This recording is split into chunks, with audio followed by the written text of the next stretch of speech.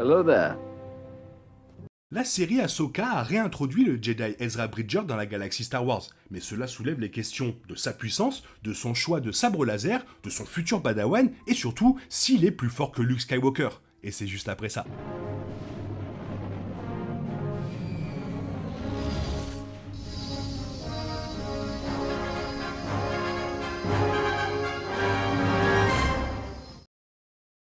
Les deux Jedi présentent de nombreuses similitudes, notamment le fait d'être nés à peu près le même jour, l'Empire Day. L'Empire Day a eu lieu lorsque l'Empire a été créé, quelques heures après l'exécution initiale de l'Ordre 66 et le massacre des Jedi, avec la mort de Padmé Amidala, juste après avoir donné naissance aux jumeaux Luke et Leia 2 jours plus tard. Bizarrement, les similitudes entre Luke Skywalker et Ezra Bridger ne s'arrêtent pas là. Tout au long de Star Wars Rebels, Ezra rencontre presque Luke dans l'épisode de la saison 3 de Rebels, Twin Suns, qui voit Ezra se rendre à Tatooine pour avertir Obi-Wan Kenobi que Maul va le tuer. Luke peut être vu à la fin de l'épisode lorsque Tante Beru le rappelle chez eux. Ezra a également rencontré la sœur de Luke, Leia, dans l'épisode de la saison 2 de Rebels, une princesse sur Lothal. Malgré ces liens, Luke et Ezra ne se sont jamais rencontrés. Il est possible que les deux se connectent dans le Mandoverse, ou même plus tard dans le film de Dave Filoni concluant cet arc, où les Jedi les plus puissants seront déterminés.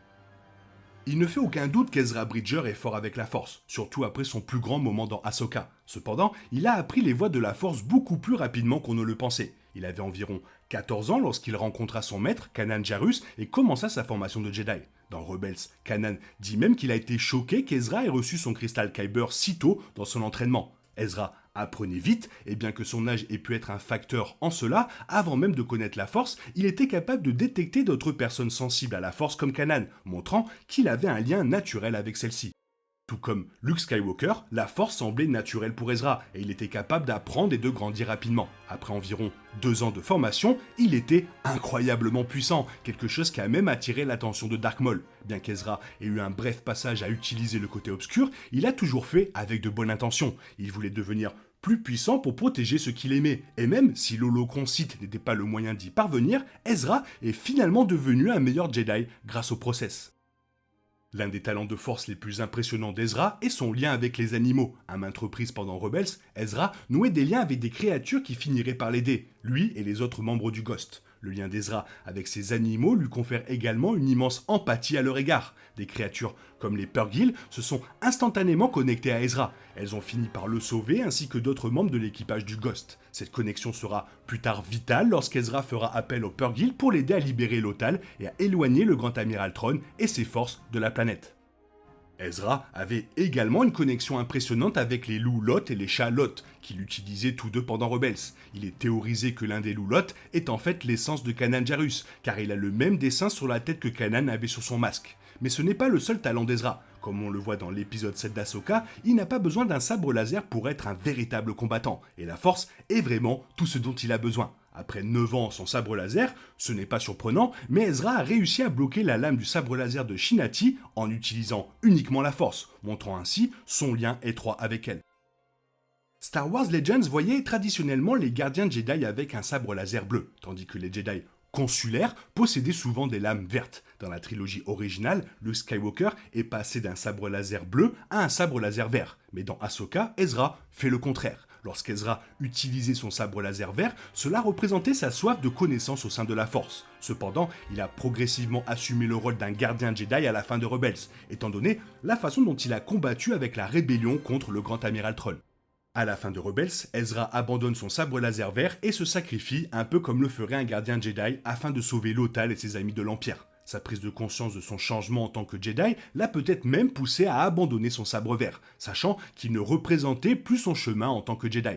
Ce n'est que dans Ahsoka qu'il est capable de se fabriquer à nouveau un sabre laser bleu, car il correspond désormais à son rôle actuel dans la galaxie. Malgré son exil sur Peridea, Ezra n'a jamais cessé de combattre Thrawn, se révélant un véritable gardien Jedi en mettant à profit ses compétences de combat. Basé sur le sabre laser bleu d'Ezra, il est désormais l'un des principaux gardiens Jedi de l'ère de la Nouvelle République. Ayant rejoint Hera Syndulla, il continuera à lutter contre la menace de la résurgence impériale de Thrawn. Pendant ce temps, le sabre laser vert de Luke indique qu'il a endossé le rôle d'un Jedi consulaire et qu'il s'est pour l'essentiel retiré des combats dans la galaxie. Pendant que Luke étudie l'histoire des Jedi et cherche à reconstruire l'ordre, Ezra se tient à l'avant-garde de la bataille contre Thrawn et souhaite le vaincre une fois pour toutes. Bien que la signification des couleurs du sabre laser soit reléguée pour Legends, Star Wars Canon continue de fonctionner sur la base de l'idée des consulaires Jedi et des gardiens Jedi. Par exemple, à la fin du réveil de la Force, Rey tente de rendre à Luke Skywalker son sabre laser bleu. Essentiellement, elle lui demande de reprendre le rôle de gardien Jedi et de protéger la galaxie du Premier Ordre. Mais alors que Luke rejette catégoriquement de prendre un sabre laser bleu et de se battre pour la Résistance, Ezra Bridger reprend volontiers un sabre laser pour se battre avec la Nouvelle République.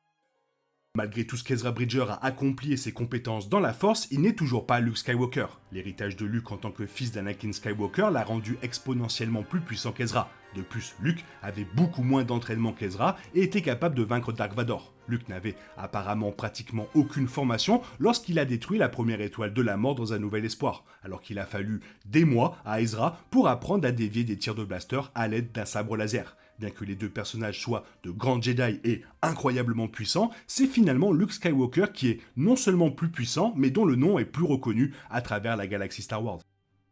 Et pour finir, parlons Padawan. Le Padawan qu'Ezra Bridger pourrait recevoir très bientôt est bien sûr Jacen Syndulla. Jacen est le fils d'Hera et de Kanan Jarrus, ce dernier étant le maître Jedi d'Ezra lors des événements de Star Wars Rebels. Et en tant que tel, ce serait un développement réconfortant si Ezra entraînait Jacen aux voies de la Force comme le père de ce dernier l'avait fait avec lui. Cela imiterait le sens de la poésie que George Lucas a toujours défendu dans Star Wars tout en constituant une suite satisfaisante des histoires des deux personnages. Cependant, une autre théorie courante de Star Wars est qu'Hera et Ezra feront équipe avec Carson Teva pour éliminer la résurgence impériale. Fait intéressant, Din Djarin a également juré de faire de même dans la saison 3 de The Mandalorian. Din et Grogu se connectant avec Hera et Ezra via Carson constituerait non seulement une belle histoire dans la saison 4 de The Mandalorian, tout en reliant les fils ensemble pour le prochain film, mais pourrait également conduire Ezra à entraîner Grogu. Ezra sait qu'être un Jedi mandalorien est possible grâce à Sabine, et ne serait pas aussi dur dans ses enseignements que Luke Skywalker l'était avec Grogu, ce qui signifie qu'il pourrait entraîner Grogu et Jacen à devenir plus forts avec la Force. Si cette théorie se concrétise dans le futur de Star Wars, Ezra brisera d'innombrables générations de traditions Jedi. À travers la vaste chronologie de Star Wars, il n'a jamais été démontré qu'un Jedi avait deux Padawan en même temps. Alors que Yoda prend sur lui dans la Haute République et les époques préquelles de former les jeunes, il n'a jamais eu deux Padawan directs simultanément. La même chose peut être dite pour tous les autres Jedi majeurs de Star Wars, d'Obi-Wan Kenobi à Anakin Skywalker et Qui-Gon Jinn. En tant que tel, Ezra pourrait potentiellement entraîner Jacen Syndulla et Din Grogu aux voies de la Force et ça constituerait un énorme écart par rapport au protocole Jedi. Cependant, cela aurait du sens pour son personnage. Ezra a été qualifié de Boken Jedi dans Ahsoka, quelqu'un qui a été formé officieusement après la chute du temple dans l'ordre 66. En tant que tel, la formation d'Ezra était quelque peu non conventionnelle et son séjour à Peridea signifie probablement qu'il n'est pas aussi strict avec le code Jedi. Cela pourrait constituer le premier cas de Star Wars avec deux Padawan si Ezra Bridger choisit effectivement de former Jacen Syndulla et Grogu pour devenir de puissants Jedi. Il y a aujourd'hui de grosses possibilités avec Ezra pour la suite des aventures, mais avec la post-logie, ça peut aussi nous dire qu'Ezra a eu une fin très dure. Bref, toi, qu'est-ce que tu en penses? Fais-moi part de ton avis dans la zone commentaire, sinon il est temps pour toi de reprendre le cours normal de ta vie. Bien sûr, on se retrouve bientôt pour une nouvelle vidéo. Bisous bisous, bye bye.